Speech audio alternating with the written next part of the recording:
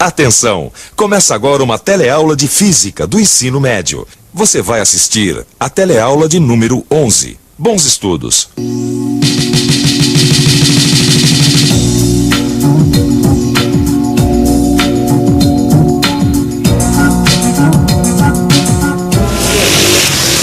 No corre-corre de todo dia, muitas vezes a gente não tem tempo de prestar atenção nas coisas. Você já reparou, por exemplo, como uma coisa aparentemente simples, como o movimento de rotação, faz parte do nosso dia a dia?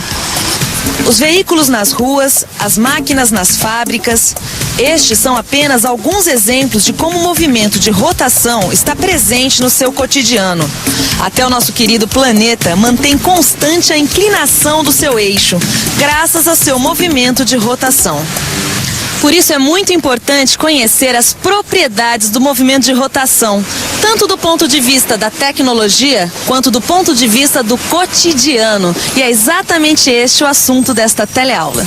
Na teleaula de hoje você vai conhecer melhor o movimento de rotação. Vai saber o que é movimento periódico, período, frequência e velocidade angular. E também vai aprender o que é movimento circular uniforme. E agora vamos dar uma voltinha, porque a nossa teleaula está apenas começando.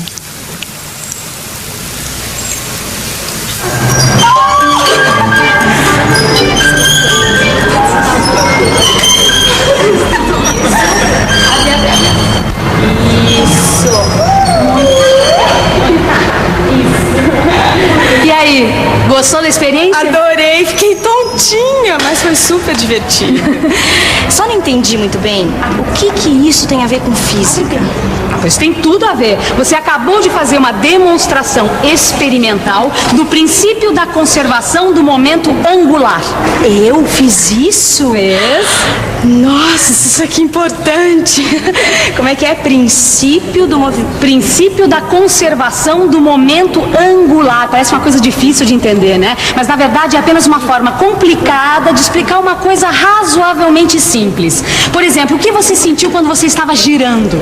Aí eu senti uma coisa engraçada. Eu tava com aqueles pesos nas mãos. Quando eu encolhia os pesos assim, dava a impressão que a cadeira girava muito mais depressa.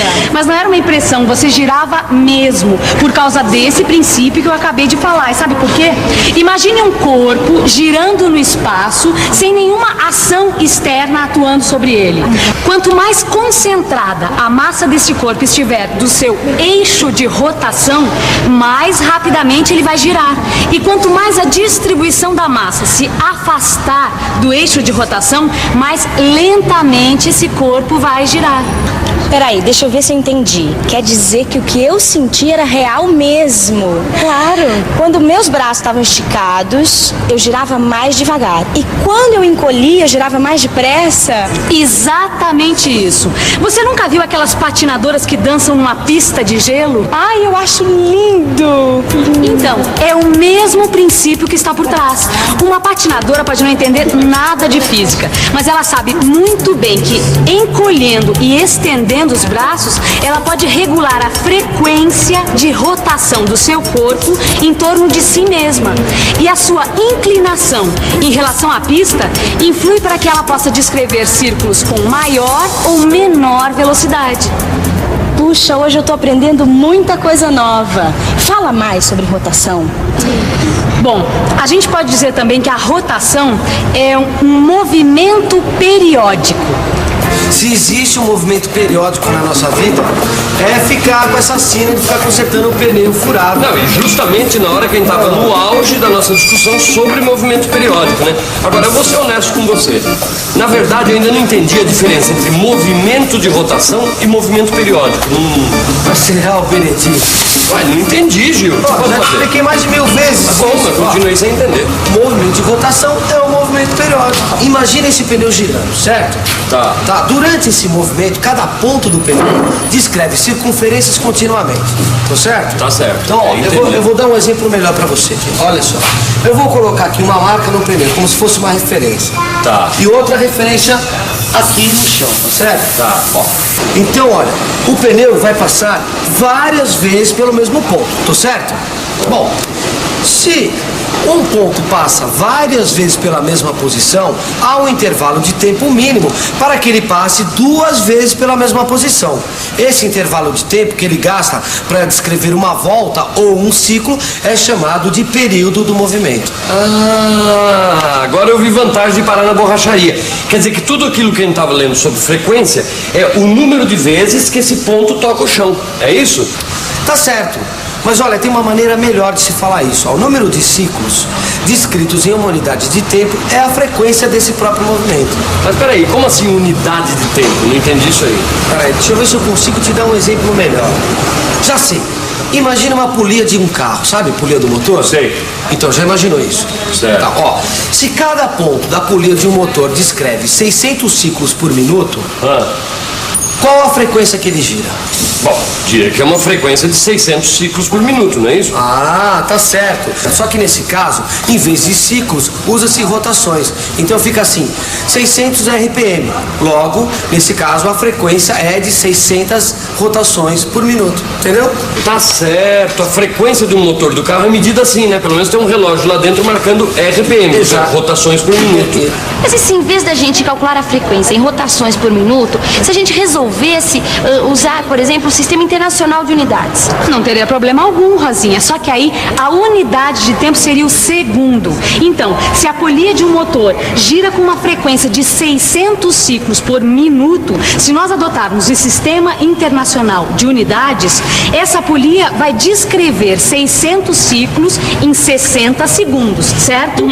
Então, para calcular, para achar a frequência, é só fazer o cálculo de 600 ciclos dividido por 60 segundos, que vai dar 10 ciclos por segundo.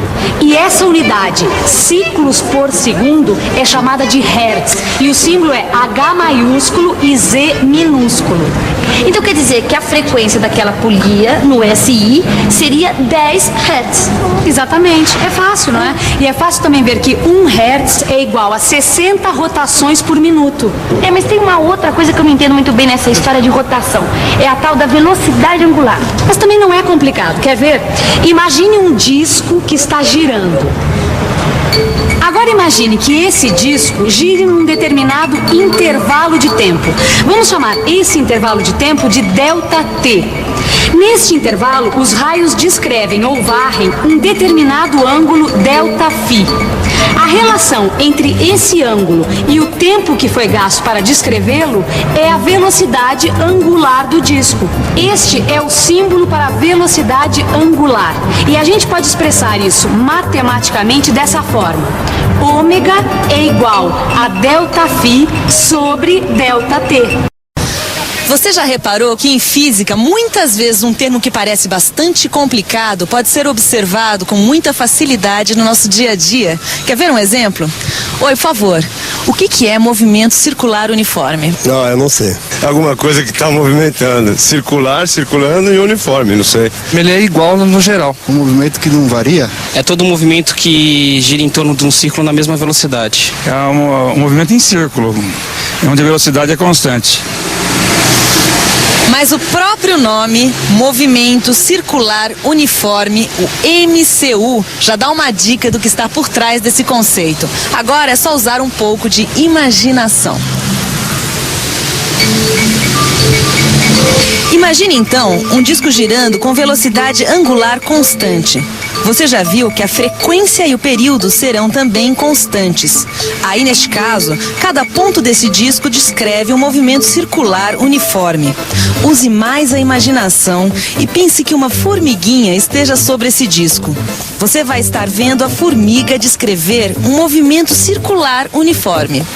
Ô Gil, eu só não entendi uma coisa. Essa tal da velocidade angular que você está falando é a mesma velocidade que a gente já estudou em outros movimentos, ou não? Não, olha, a velocidade angular é a velocidade em que um ângulo é descrito. A outra velocidade é a velocidade de um ponto, que pode ser chamada velocidade V, sem sobrenome. Entendeu? Pois olha, quando o ponto está em movimento, ele percorre distâncias em um espaço de tempo. Então, ele também tem velocidade. Então agora eu percebi o negócio. Vê se está certo o meu raciocínio. Se a gente resolver calcular o valor da velocidade V de um ponto, vamos dizer, essa marca que você fez com o giz aqui no pneu, com movimento circular uniforme, a gente vai encontrar sempre o mesmo resultado, é isso? É isso aí, porque o ponto percorre distâncias iguais em tempos iguais. Em cada ciclo, o percurso vai ser sempre o mesmo, o comprimento da circunferência. Então, o tempo gasto para percorrê-la também vai ser o mesmo, pois nesse caso, o tempo é o período, e o período no movimento circular uniforme é constante. Quer dizer que o período no movimento circular uniforme é constante? É, o período é constante, mas a velocidade não. A velocidade não é constante? Não. Isso é novidade pra mim, hein? É verdade, a velocidade de um ponto que descreve um movimento circular uniforme apresenta características ainda não vistas até aqui. Apesar de ter sempre o mesmo valor numérico, essa velocidade não é constante porque sua direção e sentido variam continuamente. Observe que em A velocidade está orientada da direita para a esquerda, em B, de cima para baixo, em C, da esquerda para a direita e em D, de baixo para cima. A direção e sentido da velocidade variam em cada ponto. Para isso é necessário uma aceleração orientada para o centro da circunferência, uma aceleração centrípeta. Aceleração centrípeta. Bem, se é centrípeta é porque ela está orientada para o centro da circunferência, certo? É isso aí. Por isso, se um automóvel faz uma curva circular com velocidade constante, ele vai estar acelerando, o que não aconteceria se ele estivesse em linha reta. Mas essa aceleração não vai alterar o valor numérico da velocidade. Ela só contribui para o automóvel fazer a curva, mudando sua direção. Isso lembra uma lei de Newton que tem relação direta com o movimento circular uniforme. Lei de Newton? Mas qual delas? Na verdade, das 3 leis de Newton, 2 têm relação direta com o movimento circular uniforme. Uma delas afirma o seguinte: para que um corpo tenha velocidade constante em trajetória retilínea, a força resultante sobre ela deve ser nula. Como no movimento circular uniforme, a trajetória não é retilínea, já saquei. A força resultante não é nula. Certo. A outra lei estabelece uma relação entre força resultante e aceleração. Se a força resultante é proporcional à aceleração, existindo aceleração, existe a força resultante. Daí, o que você pode deduzir disso? Bem, deixa eu pensar um pouco. Vamos pensar um pouco. Bom, eu já sei que a força resultante é proporcional à aceleração. Existindo a aceleração, existe força resultante. Ah, e se a aceleração é centrípeta, ou seja, orientada para dentro, a força resultante também será orientada para o centro da circunferência. Isso mesmo, a força resultante também é uma força centrípeta. É isso aí. É importante saber que a força centrípeta é a resultante de todas as forças que agem sobre um corpo. Pode ser o próprio peso do corpo, ou a força de atrito entre o corpo e o plano, e muitas outras coisas. Para você ter uma ideia de como a física está presente no nosso dia a dia, saiba que as curvas de uma estrada mal construída, ou seja, as curvas de uma estrada sem a inclinação adequada, são as responsáveis por muitos acidentes. Por isso que as pistas dos autódromos, as boas estradas e as boas avenidas têm as suas curvas inclinadas. Isso é feito para que os motoristas não dependam apenas do atrito para fazer a curva. Assim, a reação da pista sobre o veículo é inclinada, o que ajuda a aumentar o valor da força resultante que exerce o papel de força centrípeta. Se não fosse assim, o motorista só poderia contar com a força de atrito na hora que fosse fazer as curvas. Neste e muitos outros casos, o conhecimento das leis físicas do movimento de rotação é fundamental. Você sabia, por exemplo, que a maioria das máquinas domésticas e industriais tem a base do seu funcionamento no movimento de rotação? Mas isso fica para um outro dia, porque agora nós vamos dar mais uma voltinha e voltar para o começo da teleaula para fazer a revisão. E atenção, se liga aí que é hora da revisão. Na teleaula de hoje, você conheceu os vários aspectos do movimento de rotação. Viu que o movimento de rotação é um movimento periódico e conheceu os conceitos de período e frequência. Aprendeu sobre o movimento circular uniforme e sua lei angular. e viu que é impossível existir um movimento circular sem a força centrípeta.